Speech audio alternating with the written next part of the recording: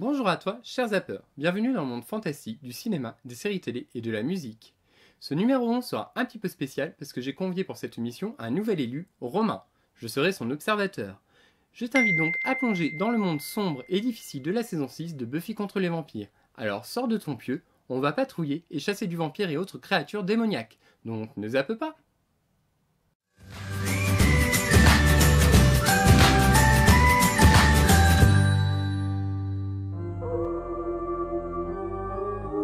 À chaque génération, il y a un élu. Seul, il devra affronter les vampires, les démons et les forces du mal. Il s'appelle Romain. Voilà le speech assez réducteur de Buffy qui ouvrait les épisodes de la saison 1 et une partie de la saison 2. Buffy contre les vampires est une série qui mêle le fantastique, l'horreur, la comédie et le drame. Elle a été créée par Joss Whedon en 1997. On lui doit notamment les films Avengers 1 et Avengers l'ère d'Ultron, ou encore La cabane dans les bois. Les thèmes de prédilection de Joss Whedon sont le féminisme, l'existentialisme et le sacrifice de soi. La série compte 144 épisodes, dispatchés en 7 saisons. La série traite du féminisme, de la dépendance, de l'homosexualité, de la lutte contre le patriarcat, de la rédemption de l'autre, de l'émancipation, bref, de beaucoup de sujets. Pieux à part numéro 1, la série aux États-Unis est un véritable phénomène puisqu'elle a engendré tout un pan de recherche et analyse académique baptisé les Buffy Studies. Ces études touchent une 50aine de disciplines et bénéficient même de leur revue scientifique baptisée Slayage. Côté casting, on trouve Sarah Michelle Gellar dans le rôle de Buffy, une tueuse ado un peu paumée. Tu as pu voir Sarah Michelle Gellar dans l'excellent remake de Ju-On intitulé The Grudge, ou encore dans l'adaptation des Liaisons dangereuses de Calderos Delaclos, prénommé Sex Attention. Un petit bijou. Pour malmener les forces du mal, elle est entourée de Willow, la première de la classe, experte en informatique, puis en sorcellerie. Willow est jouée par Alyson Hannigan, vue dans American Pie, ou encore How I Met Your Mother. Le trio se complète avec Xanders dit Alex. C'est celui qui ne détient aucun pouvoir mais qui a toujours du courage pour épauler la tueuse dans sa mission. Il est joué par Nicholas Brandon qui n'a pas spécialement bien rebondi après l'arrêt de la série. Tu as cependant pu le voir dans une 20aine d'épisodes d'Esprit criminel où il jouait le rôle de Kevin Lynch. Puis à part numéro 2, Nicholas Brandon a eu un frère jumeau prénommé Kelly Donovan qui est apparu dans l'épisode 3 de la saison 5 de Buffy intitulé Le Double. Il a aussi été à plusieurs reprises sa doublure. Pour le reste du cast, on nommera James Master alias Spike, un vampire ayant fait acte de rédemption et étant devenu un des plus fidèles alliés de la tueuse, Giles, l'observateur et le père d'adoption de Buffy, qui la guide dans sa mission jouée par Anthony Stewart Head, et Tara, la petite amie de Willow, une sorcière timide et douce, interprétée par Amber Benson. La série a fait les beaux jours, ou du moins les belles soirées de la trilogie du samedi soir. Puis à part numéro 3, en février 2020, lors d'un sondage Twitter sur la série préférée de la trilogie du samedi, Buffy a trusté les tendances Twitter pendant plusieurs heures. Maintenant que je t'ai présenté de manière très succincte Buffy, revenons à la saison 6. Cette saison 6 a une histoire particulière. À l'issue de la saison 5, Buffy fait son chant du cygne dans le show et manque de peu de le faire tout court pour la série. À l'époque, la série coûte de plus en plus cher à produire et les audiences, bien que bonnes, déclinent un peu. La Warner Bros. Qui diffuse la série, depuis le début, refuse de donner plus d'argent à la Fox pour continuer à la produire. De plus, les contrats des acteurs arrivent à leur terme. Les scénaristes et producteurs sont donc très inquiets quant à une éventuelle reconduction des aventures de la tueuse. Puis à part numéro 5, le PDG de la Warner, Jamie Kellner, ira jusqu'à dénigrer Buffy en public, disant que cette série n'a jamais eu autant de fans qu'Urgence et qu'à la base, personne n'en voulait. Qu'à cela ne tienne, la Warner coupe les ponts avec Joss Whedon et Buffy. Alors que tout le monde pense que c'est fini, rebondissement inédit, UPN, un autre réseau de diffusion flaire le bon coup et accepte de diffuser la suite. Ils seront tellement contents d'avoir récupéré Buffy qu'ils ajouteront plus d'un demi-million de dollars au budget de chaque épisode. Sachant qu'une saison en coûte 22, cela fait une sacrée augmentation à l'époque. Pour fêter l'événement en fanfare, UPN commande un double épisode. Alors, de quoi traite la saison 6 de Buffy? Attention, alerte spoiler comme dans tous les autres numéros de Zapoupa. Buffy est ramenée à la vie lors du premier épisode par Willow, qui utilise un sort très puissant. Alex, Anya, la petite amie d'Alex, et Tara, la compagne de Willow. Tout le processus ne se passe pas comme prévu. Durant la cérémonie, ils sont interrompus par des démons et finissent par briser le cercle du rituel. Poursuivis par ces derniers, le petit groupe se sépare. Ce qu'ils ignorent, c'est que le sort a fonctionné et que sous terre, Buffy est en train d'être ramenée à la vie.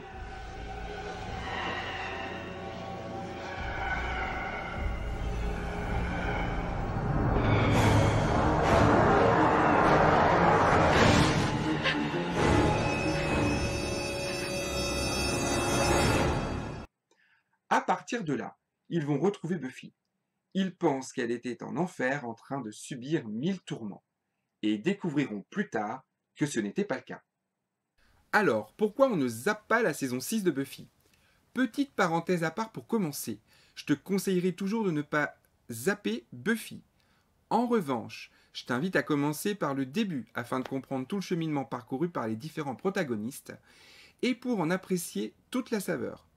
Je t'encourage aussi à persévérer sur la saison 1. C'est à mon sens la saison la plus faible, mais passé celle-ci, le reste, c'est de l'eau bénite. Revenons-en à nos moutons. Premier point, on regarde la saison 6 de Buffy pour ses messages et sa mise en scène. Le thème de la saison 6 est le passage à l'âge adulte et celui d'affronter ses responsabilités. La saison 6 nous dit qu'il faut voyager en nous, faire une introspection, accepter notre part de noirceur et choisir où l'on veut aller, vers les ténèbres ou vers la lumière. D'ailleurs, cette saison est la seule à avoir pour ennemi principal 3 humains. Ici, Jonathan, Andrew et Warren sont des geeks débiles assoiffés de pouvoir et de reconnaissance, dont tout le monde se fout, qui par excès de zèle et d'ambition glissent vers le côté sombre de la force, créant d'eux-mêmes l'apocalypse. Ce choix illustre que c'est nous, en tant qu'humains, qui sommes responsables de nos actes et de leurs conséquences, et que c'est nous qui choisissons notre chemin. Pour ce qui est de Buffy, au début de la saison 6, lorsqu'elle ressuscite, elle revient sur Terre dépressive et suicidaire. Ce côté dépressif est montré lorsqu'elle dit à Spike dans l'épisode 3 « Ici, tout est si dur, éblouissant et violent. Tout ce que je ressens et tout ce que je touche, c'est ça l'enfer. » Elle se sent seule. Ce sentiment est renforcé par le départ de Giles, sa figure paternelle.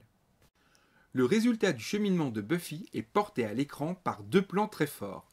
Le premier, c'est lorsque Buffy s'extirpe de sa tombe dans l'épisode 1, partie 2 de la saison 6. La scène se déroule de nuit, et de la terre va sortir une personne morte de l'intérieur. Le même plan est utilisé à la fin de la saison 6. Elle s'extirpe de nouveau des entrailles de la terre, mais à l'aube cette fois. Ce plan symbolise le parcours accompli par Buffy, qui a choisi la vie. Il représente sa renaissance. La saison 6 met en avant un besoin d'être sauvé, par soi-même plutôt que de sauver. Pour illustrer ce propos, on peut évoquer la relation sadomasochiste que Buffy commence et entretient avec Spike. Lors de leur première étreinte dans l'épisode 9, le bâtiment où ils font l'amour est une ruine, métaphore de l'état dans lequel est Buffy. Buffy trouve dans cette relation autre chose que la déprime et la tristesse. C'est lors de ces moments qu'elle revit.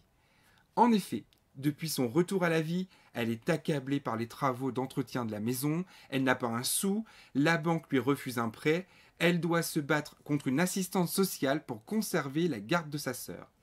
Et même si Giles l'aide financièrement, et aussi pour l'éducation de Dawn, ce dernier décide de rentrer en Angleterre pour qu'elle grandisse et cesse de se reposer sur lui. Buffy, de ce fait, va devoir trouver un emploi, grandir et se sauver elle-même. Le passage à l'âge adulte et les prises de responsabilité trouvent également écho dans le personnage d'Alex. Ici, ce dernier a un travail, un logement et s'apprête à épouser Anya. Bref, la transition ado-adulte semble prise pour Alex. Anya arrive à faire face à ses doutes, mais Alex y succombe lorsqu'un démon lui dévoile un faux futur.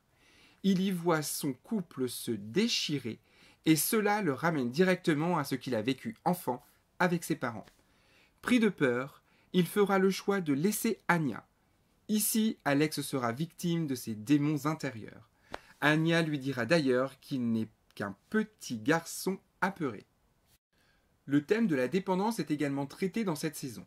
Ici, il prend forme à travers la magie qu'utilise abondamment Willow.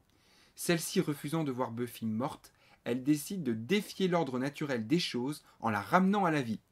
Willow voit sa vie partir en vrille lorsque, prise dans la dépendance de la magie, Tara la quitte.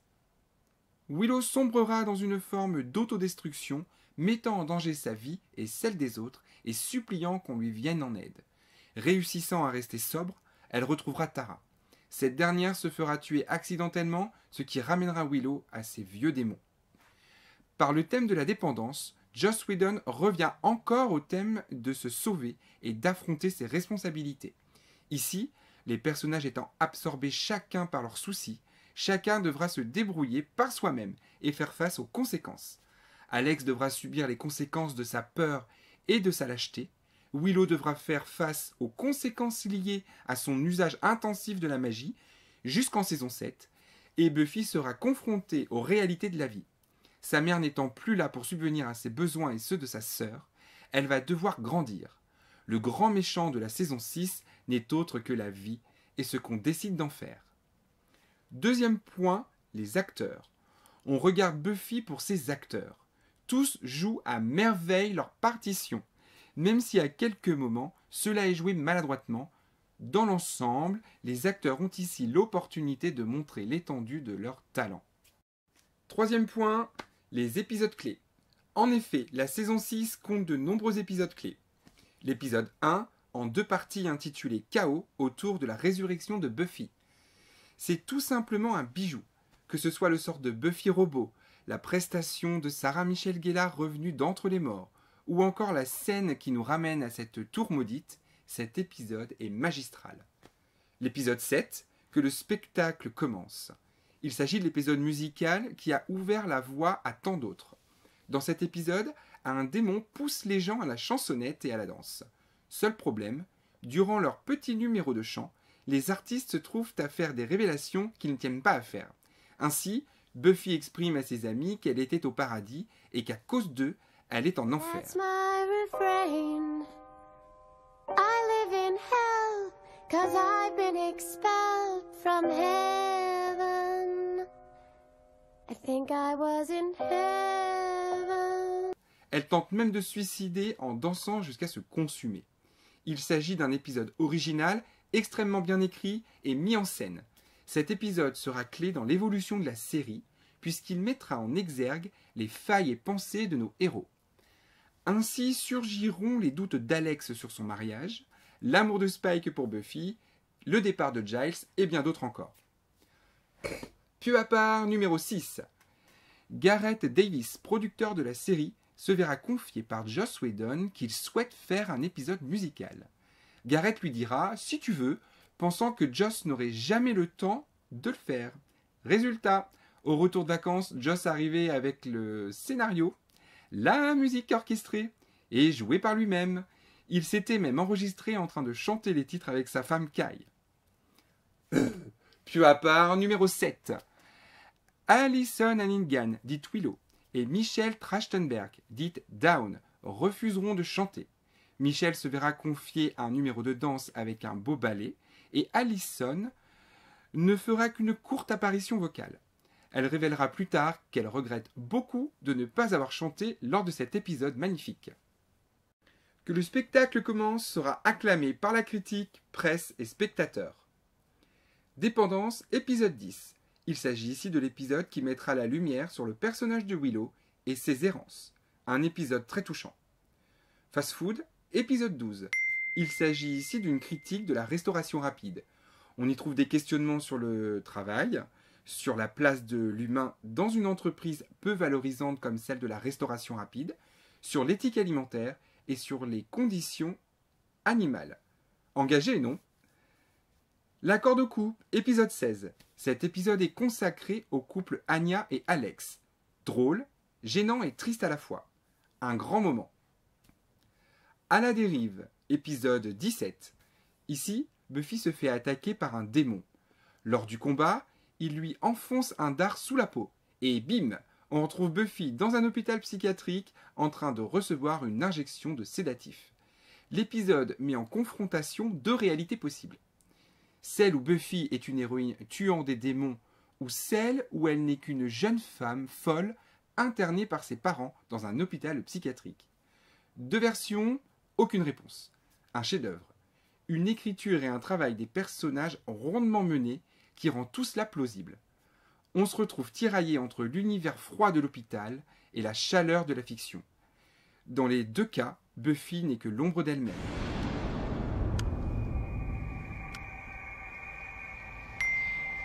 I'm sorry, there's no reaction at all.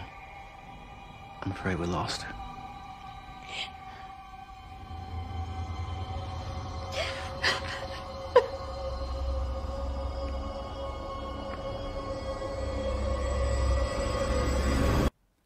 Rouge Passion, épisode 19.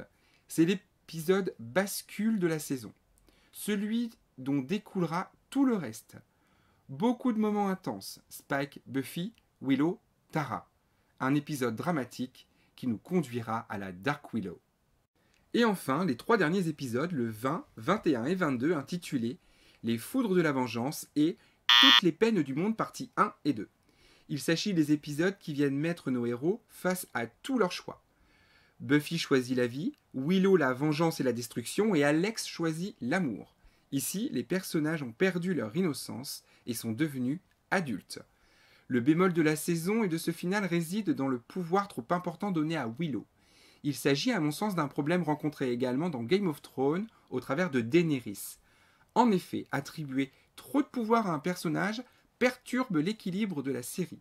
Ici, Willow pourrait écraser à tout moment ses rivaux, dont la tueuse. Mais Joss Whedon arrive à contenir habilement les pouvoirs de la sorcière furieuse par le biais d'une formule que récite Anya en étant cachée. Mais lorsque Willow découvre qu'Anya affaiblit sa magie pour protéger la tueuse et les autres, elle neutralise Anya. Plus personne n'est en mesure de prononcer la formule de protection. Willow retrouve donc ses pleins pouvoirs. Or, c'est à ce moment précis que l'enjeu sonne comme artificiel car Willow a le pouvoir d'éliminer Buffy et ne le fait pas.